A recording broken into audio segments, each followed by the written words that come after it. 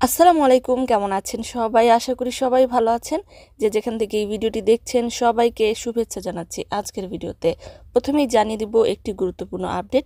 কুয়েতে আবাসিক আইন লঙ্ঘনকারী সম্পর্কে স্বরাষ্ট্র মন্ত্রণালয় সূত্র প্রকাশ করেছে যে খুব শীঘ্রই সাধারণ ক্ষমা দেবার কোনো সম্ভাবনা নেই। কুয়েতে নতুন যে আকামা আইন লঙ্ঘনের নিয়ম জারি করা হয়েছে জরিমানার ব্যাপারে, এই জরিমানার মধ্যে যে সকল প্রবাসীরা অবৈধ হয়ে গিয়েছিল পূর্বেই, তারা আওতাভুক্ত হবে না। 2024 সালের মার্চ থেকে জুন পর্যন্ত 3 মাসের সাধারণ ক্ষমার গ্রেস পিরিয়ড পার হয়ে গিয়েছে। এই গ্রেস পিরিয়ডে যে সকল প্রবাসীরা পাসপোর্টজনিত সমস্যার কারণে অথবা বৈধ কোনো কারণে আকামা নবায়ন করতে পারেননি, তারা জরিমানা আদায়ে আকামা নবায়ন করতে পারবে। তবে ওই সময় যে সকল প্রবাসীরা অবৈধ ছিল, সাধারণ ক্ষমায় অংশগ্রহণ করেননি, তারা জরিমানা আদায়ে বৈধ হতে পারবে না। আরও বলা হয়েছে যে তাদের জন্য কুয়েত ত্যাগ করা ছাড়া আর কোনো বিকল্প নেই।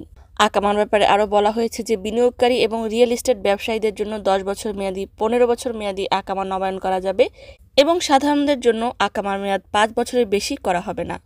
সেই সাথে যারা ভিজিট ভিসায় প্রবেশ করবে তাদের আকামার মেয়াদ 3 মাস পর্যন্ত থাকবে। অন্যদিকে বিশেষ অভিযান সম্পর্কে স্বরাষ্ট্র মন্ত্রণালয় সূত্র প্রকাশ করেছে যে সমস্ত কুয়েত জুড়ে নিরাপত্তা এবং ট্রাফিক প্রচারণা চালিয়ে 19 জনকে ড্রাগস কন্ট্রোল ডিপার্টমেন্টে রেফার করা হয়েছে।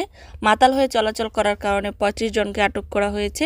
সাপ্তাহিক পরিসংখ্যানে আরও দেখানো হয়েছে যে 150 জনকে আকামা আইন লঙ্ঘনের কারণে গ্রেফতার করা হয়েছে। মাদকদ্রব্য বহন করার অপরাধে 7 জনকে আটক করা হয়েছে। 67টি ওয়ান্টেড যানবাহন বাজেয়াপ্ত করা হয়েছে।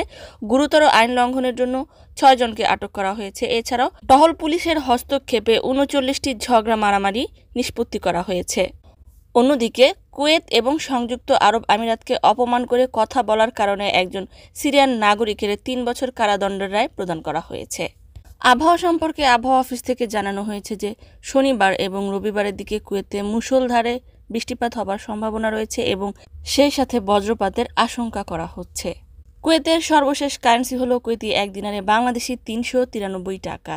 সর্বশেষ গোল্ড প্রাইস হলো 1 গ্রাম 22 ক্যারেট স্বর্ণের দাম 24 দিনার 240 পয়সা। কারেন্সি এবং গোল্ড প্রাইস সময়ের তারতম্যে কম বেশি হতে পারে।